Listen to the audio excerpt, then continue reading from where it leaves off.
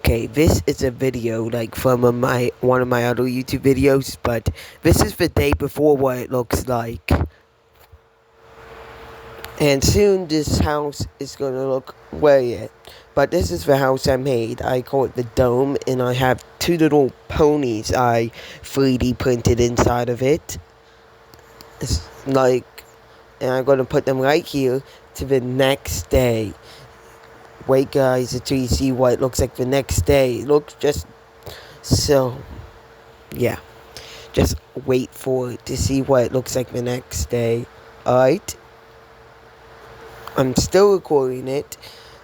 It's pretty cool, but I kind of want to record it all, but I don't. But here we go. It was snowing. So, yeah.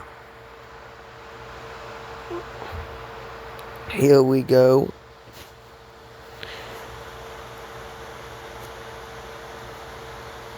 I'm just kind of looking at the house. And now, the next day. It looks like it's just a part of the snow, how blended in it was. The ponies definitely are frozen.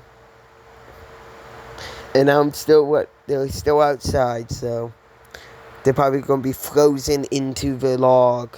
So, goodbye, guys.